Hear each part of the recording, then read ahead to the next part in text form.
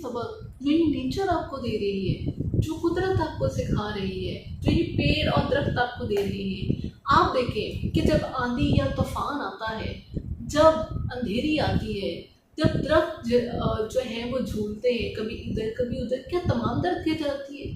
क्या तमाम फसलें तबाह हो जाती हैं? ऐसा नहीं होता। वो उस आंधी और मुश्किल हालात के साथ मुकाबला करते हैं।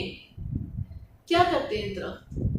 उससे झूलते हैं और जैसे ये फेस गुजर जाती है वो खुद को रीग्रो करने पे लग जाते हैं, उसके साथ गिर नहीं जाते। तो आपकी ज़िंदगी में भी यही सब कुछ है। आपकी ज़िंदगी में मुश्किलात आएंगी, आपके लिए बातों सब कुछ नहीं होगा जो आपने सोचा होगा, लेकिन आपको गिर कर फिर उठना होगा। फिर आपको अपने कदम दोबारा उठाने होंगे।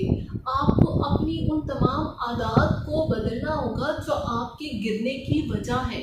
आपको उन तमाम लोगों से जान छुड़ानी होगी जिसकी वजह से आपकी अंदर मुस्तकिल मिजाजी नहीं है, आपके अंदर मजबूती नहीं है, आपकी आदत बेहतर नहीं है। आप कुछ करना चाहते हैं लेकिन उन लोगों की सोहबत से या अपनी आदत की वजह से आप अपने ऑब्जेक्टिव्स को अचीव नहीं कर पाते।